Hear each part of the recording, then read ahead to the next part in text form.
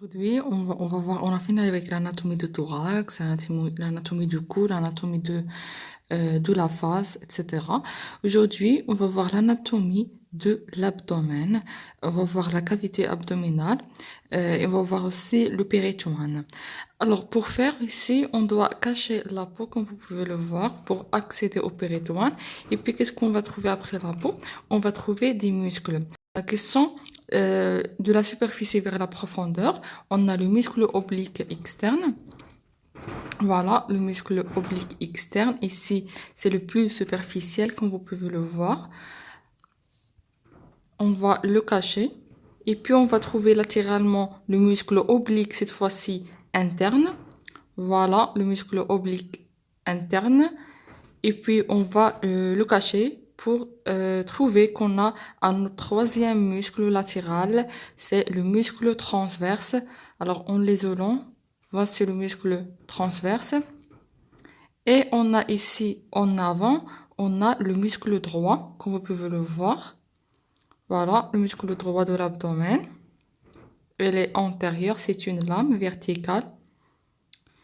Et voilà, c'est en cache le muscle droit. Vous pouvez voir la continuité du muscle transverse de l'abdomen. Si on cache le muscle transverse, qu'est-ce qu'on va trouver? On va trouver les organes tout simplement. On va trouver sous le muscle transverse, on va trouver le péritoine.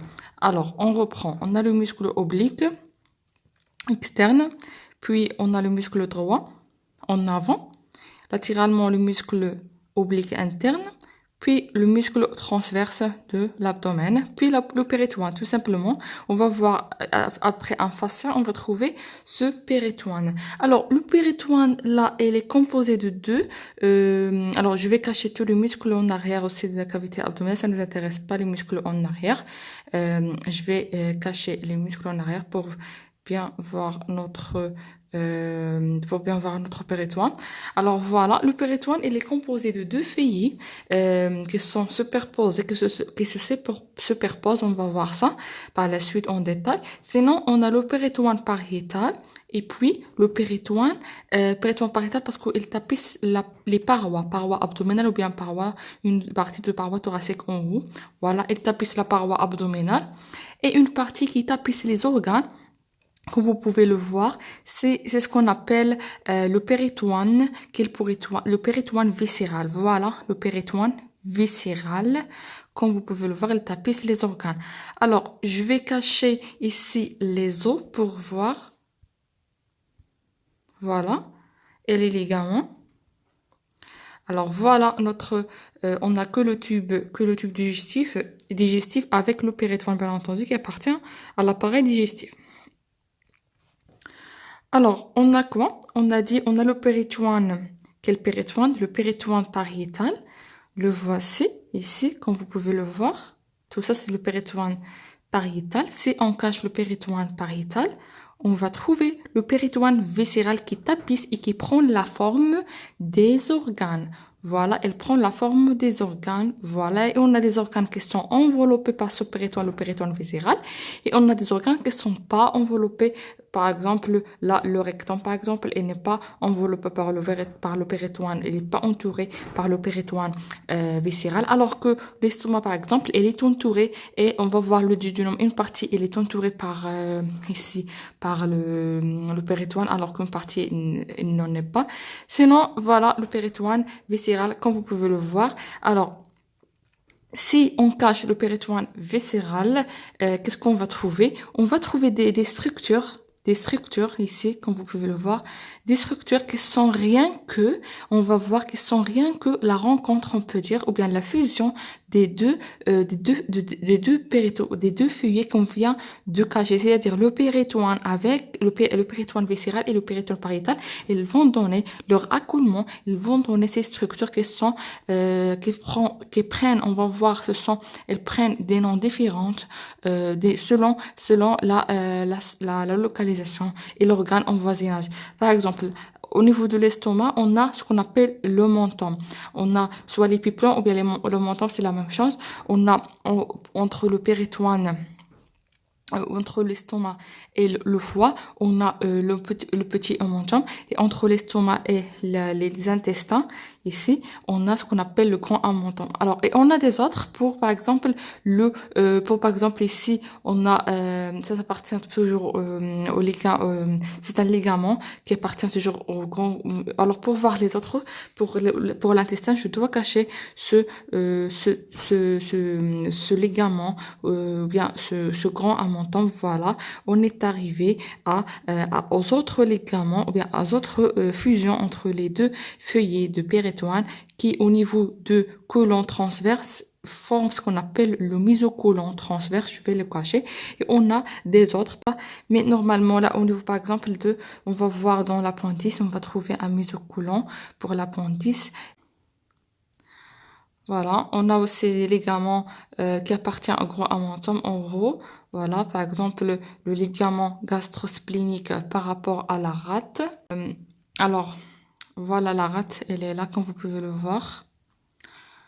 Alors sinon, voilà, c'est celui-là, c'est le ligament gastrosplénique qui appartient toujours quel grand amentum. Grand amentum, on a beaucoup de ligaments avec qui comment dire, qui va relier l'estomac avec les organes en voisinage en bas, ici, etc. Voilà, tout ça, appartient au grand amentum. Petit amentum, juste entre le foie et, euh, et notre estomac. Et on a des autres accolements, on peut dire, entre les pérétoines et viscérales et pariétales forment au niveau du foie des ligaments. Par exemple, le ligament falciforme, on va détailler. On a le ligament triangulaire à gauche, ligament triangulaire à droite ici. Voilà. Voilà ici. Et voilà ici le ligament triangulaire à droite, et ça c'est le ligament coronaire qui va lier le foie avec le diaphragme en haut. Voilà, sinon voilà les ligaments du foie qui sont juste la fusion, on a dit, de deux pérétoines viscérales et pariétales. Voilà, alors voilà, et puis on a dit ça c'est le mésocolon transverse, et puis cette fusion de deux feuillets de péritonial, pariétal et viscéral au niveau des intestins grêles s'appelle tout simplement le mésentère. Alors on a le mésocolon, le mésentère, on a le menton ou bien l'épiplon, et on a les ligaments du foie. Voilà, notre sujet d'aujourd'hui, c'est l'abdomen. En haut, c'est le thorax qu'on vient d'étudier. En bas, c'est le pelvis qu'on a déjà étudié aussi. Alors, pour l'abdomen, c'est quoi? C'est tout simplement une paroi, voilà, une paroi et une cavité. Voilà, une paroi abdominale et une cavité abdominale. Dans la paroi abdominale, on va voir, on a la peau, on a la graisse, on a des fascias, on a des muscles avec leur aponévrose. Voilà, ce sont les muscles qu'on vient de décrire en 3D. Et en arrière, on va trouver également les vertèbres et les muscles vertébrales qui nous intéressent pas. Sinon, pour la cavité, à l'intérieur, on va trouver quoi? On va trouver ça. On va trouver les organes abdominaux qu'on vient de citer, par exemple le foie, l'estomac, la rate, et aussi bien que on va trouver également plus en bas et en arrière, on va trouver les reins, voilà, et les gros vaisseaux, voilà, de l'abdomen, etc. Mais tout ça sont organisés et sont entourés par une péritoine d'une façon que voilà, on simplifie tous ces organes dans un seul tube, c'est le tube digestif. Voilà, si on simplifie tout ça dans un seul tube, on va trouver que l'abdomen, on a dit, c'est la cavité abdominale composée par la peau, la graisse, puis les muscles, des fascias, des aponevroses, on va voir ça. Et puis, on va trouver quoi? On va trouver à l'intérieur. Après la paroi, on a la cavité abdominale qui est formée par des organes protégés par deux plèvres. On a la plèvre pariétale, comme vous pouvez le voir, qui est en contact avec la paroi abdominale. Tout ça, c'est de la plèvre abdominale. Et puis, on a la plèvre qui tapisse les organes, c'est celle-là. Voilà, c'est celle-là, c'est la plèvre viscérale. Et on a dit que la fusion des deux, de la plèvre viscérale et la plèvre pariétale, c'est-à-dire le contact entre les deux, constitue ce qu'on vient de voir, les omentums, le mésocolon, le mésentère, etc. C'est ce qu'on appelle le méso. Voilà. Soit le mésentère au niveau de l'intestin, les intestins grêles, ou bien le mésocolon au niveau du côlon, ou bien le menton au niveau de l'estomac, ou bien les ligaments du foie. Voilà, on a 4 choses de méso. Ça peut être, si on a ici l'estomac, ça peut être les omentum, le petit et le grand omentum, ou bien épiplan, c'est la même chose. Si ça, c'est le foie, c'est-à-dire ce sont les ligaments du foie. Si ça, c'était l'intestin grêle, c'est-à-dire ça, c'est le mésentère. C'est ça, c'était le côlon, c'est-à-dire que ça s'appelle le mésocolon. Alors, c'est assez simple que ça. On va étudier ça, puis ça, tout simplement. Alors, si on a une vue qui est frontale, comme vous pouvez le voir, et on a coupé des couches, voilà, on a coupé des couches jusqu'à l'arrivée au péritoine pariétal. Le péritoine pariétal, on va l'étudier après ça, après tout ça. Alors, qu'est-ce qu'on a? On a la première chose, c'est la peau. Voilà, c'est tout simplement, c'est la peau de l'abdomen. La première couche, c'est la peau de l'abdomen. Et sur cette vue aussi, qui est antérieure, mais avec des coupes, comme vous pouvez le voir ici, on peut voir bien ces couches. Alors, on a quoi? On a dit, on a la peau, la voici, ça c'est la peau. Voilà. Et juste sous la peau, qu'est-ce qu'on va trouver? On va trouver de la graisse. On va trouver, voilà, la peau et puis la graisse. Voilà, la peau et puis la graisse. Et puis, qu'est-ce qu'on va trouver sous la peau? Rappelez-vous, on va trouver le premier muscle qui est latéral et qui va, peut dire qu'il va cacher le muscle droit qui est là. Voilà, c'est le muscle oblique externe. Voilà, ça c'est le muscle oblique externe qui va être comme ça. On va voir ça. Sinon, puis par la suite, sous le muscle oblique externe, on va trouver le muscle oblique interne. Le voici le muscle oblique interne qui va pas cacher le muscle droit. C'est-à-dire, c'est la moitié de l'hémi-abdomen. Et puis, sous ce muscle, on a dit le muscle transverse. Le muscle transverse, il est sous le muscle droit. Et il est entier, comme ça. Alors, c'est le muscle oblique externe il cache le muscle droit, c'est-à-dire sur le muscle droit. Alors, le muscle transverse, il est sous le muscle droit. Voilà. Après ça, après ces 3 couches musculaires, on va trouver un fascia, voilà, qui sépare quoi? Qui va, ce fascia-là, voilà, ce fascia-là, c'est le fascia transversalis. Voilà, ce fascia transversalis qui va, on peut dire, séparer les muscles de la cavité abdominale proprement dite. Et avant de passer le péritoine proprement dit, on va trouver une deuxième couche de la graisse qui est fine par rapport à celle-là qui est plus épaisse. C'est celle-là, c'est ce qu'on appelle la graisse extra-péritoniale. Parce que on a ici le péritoine et là extra-péritoine. Alors ça c'est le fascia transversal et ça c'est le fascia extra-péritoine. Ce qu'il faut retenir, c'est que on a cette graisse ici après la peau, sous la peau, cette graisse-là, elle est entourée par deux types de fascia. On a deux fascias qui sont les deux, ils sont superficiels, qui constituent le fascia superficiel de l'abdomen. Alors on a un fascia qui est externe et un fascia qui est interne. On a ce qu'on appelle fascia de Compère et fascia de Scarpa. Voilà, les deux constituent ce qu'on appelle le fascia superficiel de l'abdomen. On n'a pas de fascia profond dans l'abdomen. Sinon, puis après les muscles, chaque muscle il est entouré par sa propre aponevrose. Alors il faut bien différencier entre le fascia et l'aponevrose. L'aponevrose c'est un tendon qui est étalé de deux muscles, alors que le fascia ce sont juste des couches fibreuses, voilà, qui vont entourer les différents muscles. Alors voilà, puis par la suite après ces 3 muscles et leur aponevrose, on va trouver le fascia transversalis qui va séparer la graisse du péritoine des muscles. Alors puis on va trouver tout simplement la graisse péritoniale. Et par la suite, la plèvre-pariétale, et par la suite, les organes qui sont entourés par la plèvre-viscérale. Alors voilà, on a quoi sur cette coupe qui est, on peut dire, ça c'est un patient qui est sur son dos, voilà, et on a pris une couche qui est frontale. Alors on peut voir la peau, voilà, la peau, puis on a la graisse, tout simplement, la graisse, et cette graisse-là, elle est entourée par deux par deux fascias. Fascia ici, après la peau, une fascia ici qui est lacée par deux muscles. On a fascia de Compère et fascia de Scarpa, tout simplement. Et puis, on a les trois muscles avec leur aponévrose, comme vous pouvez le voir. Et puis, on a un fascia avant la cavité péritoniale. C'est le fascia transversalis, c'est le muscle transversalis, ou bien transversal. Et puis on a la graisse extra-péritonéale, puis on a le péritoine pariétal, puis on va trouver les organes et le péritoine viscéral.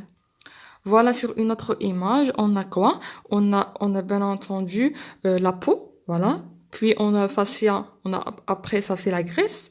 Mais avant la graisse, elle est entourée par deux fascias. Fascia externe, c'est le fascia de Compère. Fascia plus interne, c'est le fascia de Scarpa. Les deux constituent le fascia superficiel de l'abdomen. On n'a pas de fascia profond de l'abdomen. Alors que le cou, rappelez-vous, on a parlé de fascia superficiel, fascia moyen et fascia profond. Ici, c'est pas le cas. Et puis, on va trouver les trois muscles, oblique externe, oblique interne, muscle droit, rappelez-vous, les deux, voilà, et le muscle transversal. Muscle transversal, on va trouver avant d'entrer dans la cavité abdominale, on va trouver le fascia transversalis, puis on va trouver sur le fascia transversalis, on va trouver là la graisse extra-péritonéale, puis le péritoine pariétal. Alors voilà les trois muscles pour ne pas confondre les choses. Si on va couper la peau, on va trouver la graisse, puis sous la graisse on va trouver les muscles. Le premier muscle qui va, on a dit, il va cacher le muscle droit qui est en avant. C'est une lame verticale comme vous pouvez le voir. C'est le muscle oblique externe. Voici le muscle oblique externe avec son aponévrose. Et on a dit l'aponévrose, c'est quoi? C'est tout simplement une lame, ou bien c'est tout simplement un tendon sous forme d'une lame, c'est-à-dire un tendon étalé. Voilà l'aponévrose, il ne faut pas la confondre avec les fascias. Voilà. Alors, voilà, sa propre aponévrose le muscle transverse, le muscle oblique externe. Et puis, si on coupe le muscle oblique externe, on va trouver cette image. Voilà, on a coupé, comme vous pouvez voir, le muscle oblique externe pour voir le muscle oblique interne. Le muscle oblique interne, on a dit qu'il va pas cacher le muscle droit, mais quand même, il va faire quoi, ce muscle? Avec son aponévrose, il va faire quoi? Il va cacher le muscle transverse. C'est-à-dire, on doit couper et le fascia de oblique externe qu'on a laissé. Voilà, on l'a laissé ici, et le fascia de muscle en bas, le fascia, ou bien l'aponévrose, c'est pas le fascia, c'est l'aponévrose. C'est-à-dire, on doit couper l'aponévrose de muscle oblique externe qu'on l'a laissé ici. Voilà les contours. On a coupé que le muscle, on a laissé son aponévrose, et on doit couper également le fascia de quel muscle? Le fascia de muscle, on va voir, ou bien l'aponévrose de muscle oblique externe pour voir le muscle droit. Sinon, voilà, avant de couper ça, si on coupe par la suite le muscle oblique externe, on va trouver quoi? On va trouver le muscle transverse qui est aussi étalé. Voilà, il est sous, on va voir, il est sous, voilà, il est sous le muscle droit, on va voir. Sinon, pour voir le muscle droit ici, il est caché par les aponévroses de chaque l'aponévrose. On a laissé l'aponévrose du muscle oblique externe, on a laissé l'aponévrose du muscle oblique interne, on a laissé ça ne cache pas l'aponévrose du muscle transverse, ça cache pas, voilà, on l'a laissé, ça cache pas le muscle droit, rappelez-vous, le muscle transverse, il est sous le muscle droit, et le muscle oblique externe, il est au-dessus du muscle, il est au-dessus du muscle droit, alors que le muscle oblique interne, il va pas le cacher, parce que c'est la moitié, ou bien c'est un quart de l'abdomen, c'est pas la moitié de l'abdomen.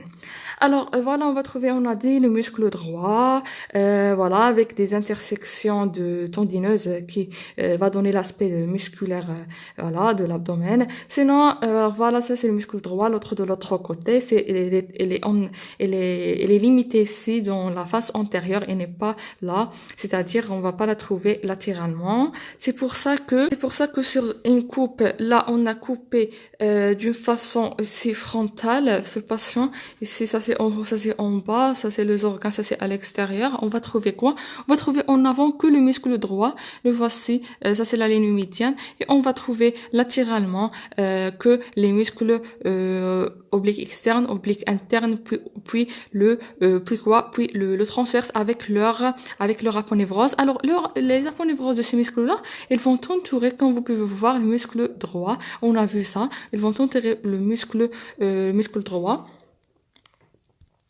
Alors voilà, on a vu qu'ils vont entourer, ils vont cacher le muscle droit, comme vous pouvez le voir.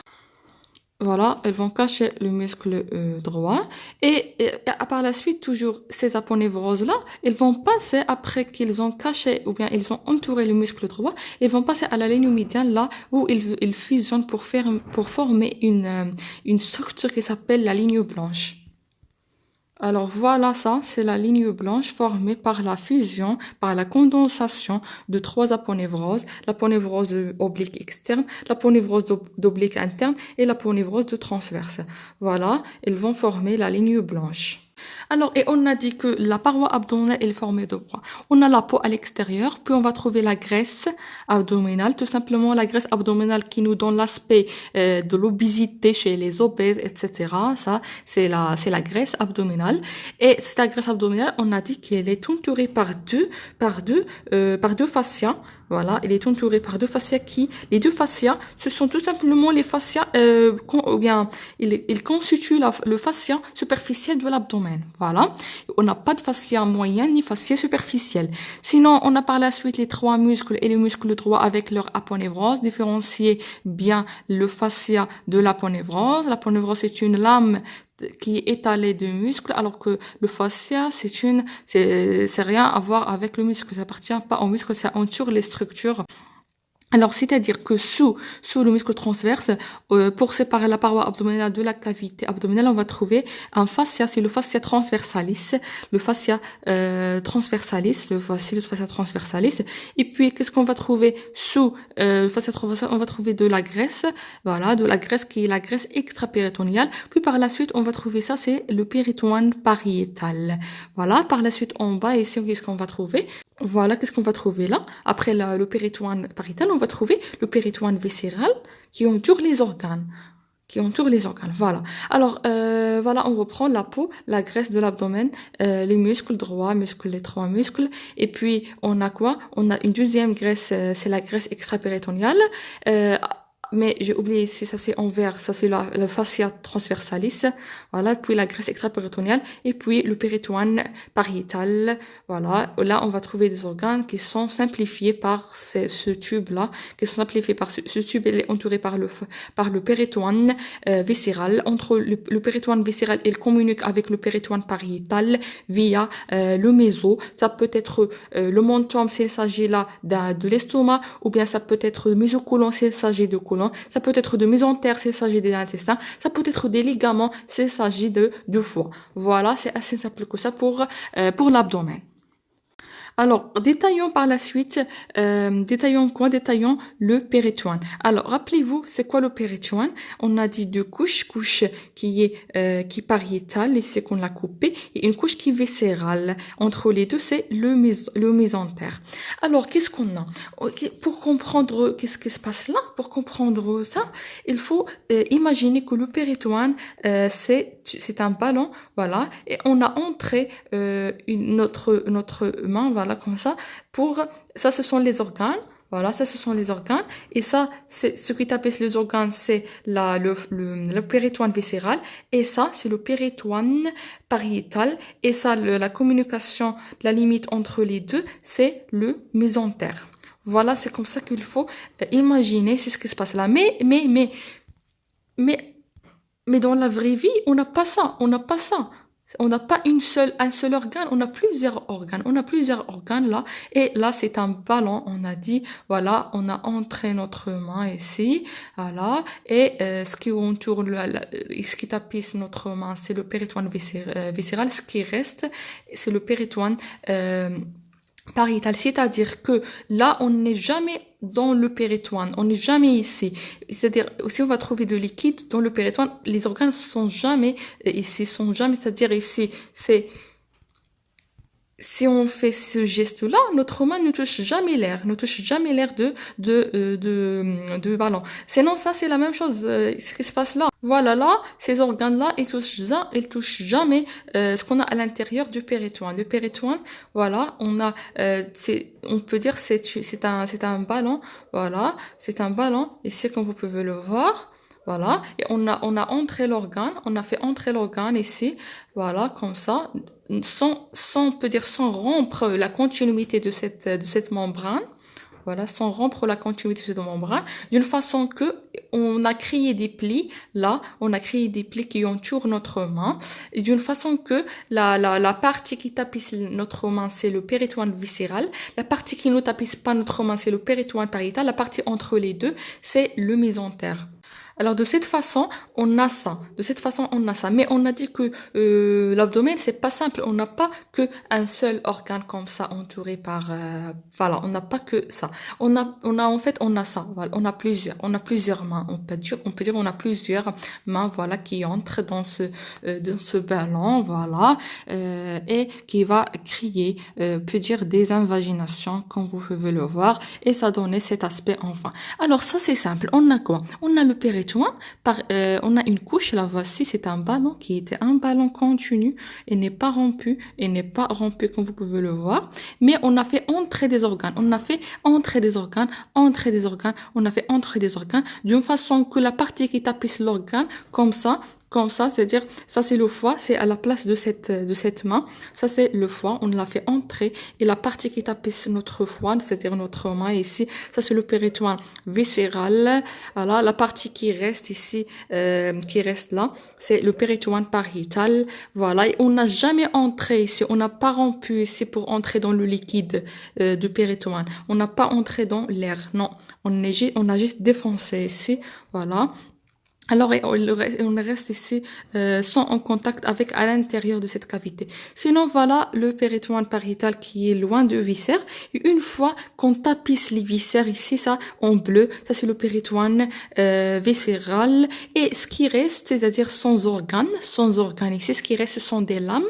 Voilà, ce sont des lames et des ligaments qui forment soit ça c'est l'ostoma, c'est-à-dire ils forment le petit omentum et le grand omentum, ou bien au niveau ça c'est le côlon transverse, ça forme quelle partie? Ça forme tout simplement le mésocôlon, voilà, ça forme le mésocôlon, ou bien c'est au niveau de l'intestin, ça forme le mésentère, ou bien au niveau de foie, on va trouver des ligaments, qu'on va les voir.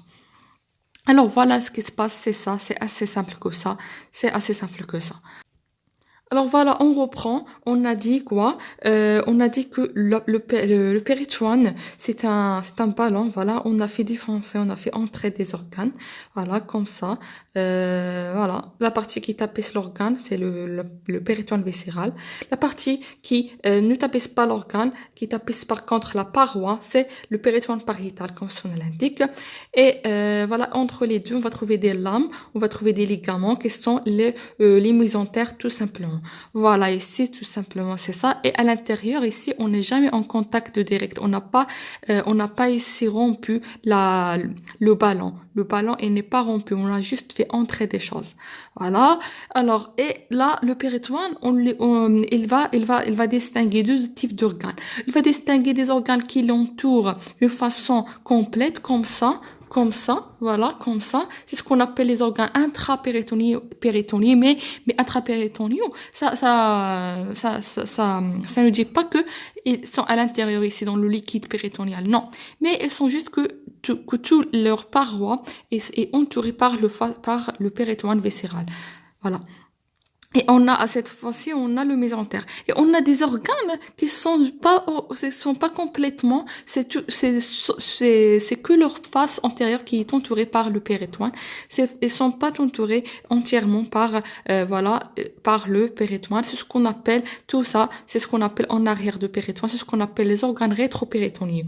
Voilà, de cette façon-là, comme si on a fait un scotch. Voilà, c'est comme si on a fait un scotch pour voilà, pour une partie par exemple, comme si on a fait un scotch comme ça pour une chose, voilà, ici c'est cette chose, voilà, sans qu'on l'entoure, sans qu'on l'entoure, c'est-à-dire c'est rétro-péritonio, comme vous pouvez voir, c'est-à-dire en arrière de ce scotch, tout simplement.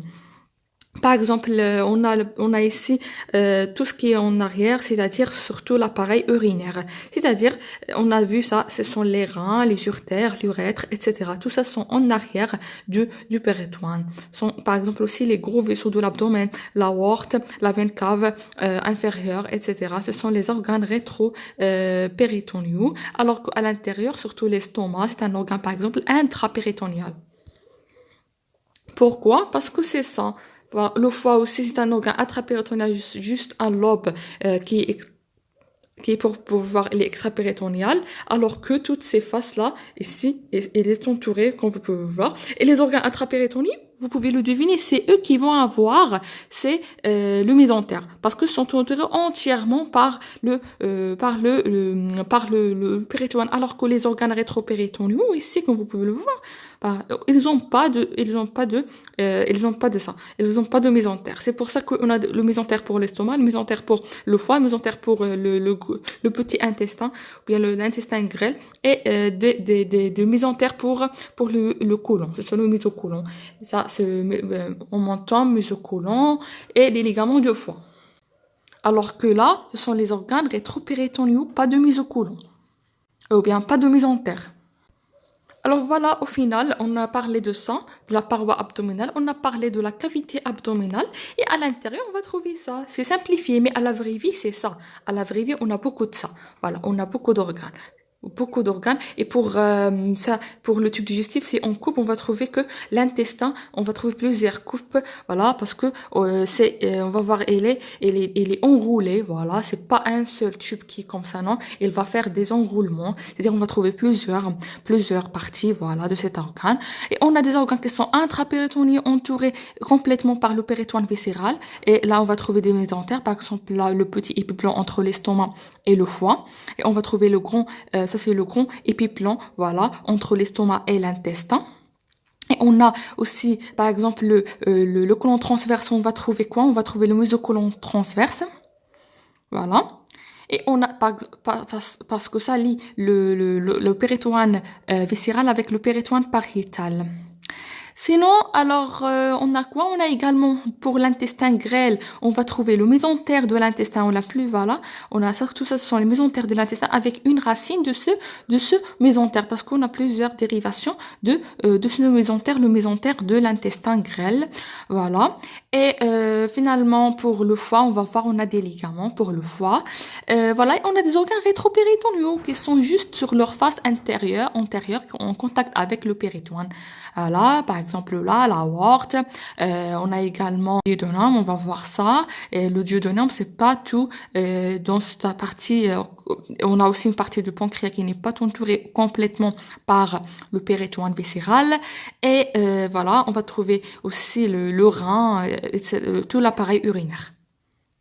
Alors, juste un mot concernant les mésentères, concernant ces trucs-là. Alors, on a dit quoi au niveau de l'estomac? Au niveau de l'estomac, on a ce mésentère s'appelle le menton. On a un en haut, c'est le petit omentum qui lie l'estomac avec le foie. Et en bas, c'est ça. En bas, c'est ça. C'est le grand omentum. Et les grands, que vous pouvez le voir, il va lier l'estomac avec l'intestin en bas. Et pour voir en bas, pour voir les autres mésentères, on doit enlever, voilà, on a enlevé ça sur cette partie d'image. Et pour voir quoi? Pour voir le mésocôlon, ça c'est pour le côlon tout simplement, soit le mésocôlon transverse en haut, soit le mésocôlon droit, mésocôlon gauche, ou bien mésocôlon gauche et mésocôlon droit. Voilà, tout ça c'est le mésocôlon. Et puis pour l'intestin grêle, on a le mésentère. Voilà, le mésentère, c'est tout simplement, c'est quoi le mésentère? C'est le tapissement de deux feuillets de péritoine. Alors voilà l'intéressant de deux feuillets de péritoine. Voilà. Et on a pour le foie, on a des ligaments comme celui-là. Comme celui-là, c'est le ligament falciforme. Et on va étudier tout ça par la suite. On a les ligaments triangulaires gauche et droit. On a le ligament coronaire. Alors voilà, sur une autre image, là, on a laissé le grand mésentère. Voilà. Et là, on a fait quoi? On a décaler le grand mésentère pour voir à l'intérieur le mésocôlon et pour l'intestin grêle c'est le mésentère. Sinon ça c'est quoi? C'est le diaphragme, rappelez-vous, qui va séparer en haut c'est le thorax, en bas c'est l'abdomen, et ça tout ça c'est le foie. Alors le foie, on a dit qu'on a aussi le mésentère du foie, sont appelés les ligaments, par exemple le ligament falciforme, etc. Alors voilà le petit omentum entre le foie et l'estomac. Et ici, on a enlevé déjà le grand omentum. Il nous reste pour voir le mésocôlon et le mésentère pour les intestins qu'on vient d'enlever pour voir le mésocôlon. Alors pour le foie, on a dit on a des ligaments. Par exemple, le ligament coronaire qui va lier le foie avec le diaphragme en haut. On a qui va séparer ses principaux lobes, c'est le ligament falciforme. Et on a aussi les autres ligaments, le ligament triangulaire, le voici, le ligament triangulaire gauche et le ligament triangulaire droit. On va étudier ça là lorsqu'on va étudier l'anatomie du foie. Alors, en résumé, on a quoi? On a dans l'abdomen, on a la cavité abdominale. Et à l'intérieur, on va trouver des organes qui sont entourés par quoi? Par le péritoine viscéral et le péritoine pariétal qui tapisse la paroi abdominale. Et on a entre les deux, on va trouver des prolongements, voilà, mésentères. Ça, c'est l'estomac, petit omentum, grand omentum. Et des ligaments au niveau du foie. Et là, on va trouver pour le mésocôlon, le mésocôlon transverse. Pour l'intestin grêle, ce sont les mésentères. Et voilà. Alors, finalement, on peut distinguer deux cavités à l'intérieur. On va trouver une cavité, ce qu'on appelle la grande cavité. Voilà, la grande cavité, c'est en bleu. Voilà, la grande cavité. Et en arrière de l'estomac, on va trouver la petite cavité, qui s'appelle également la bourse omontale. Pourquoi omontale? Parce qu'elle est limitée en haut par la le petit omentum et en bas par le grand omentum. Et elle est en arrière de l'estomac. Voilà, en arrière, ça c'est l'estomac. En arrière, on va trouver la petite cavité. Tout ce qui reste, c'est la grande cavité. C'est pas très important, juste pour le noter. Ça, c'est l'estomac. Ça, c'est la petite cavité. Voilà, la petite cavité en arrière de l'estomac. Et la grande cavité, c'est tout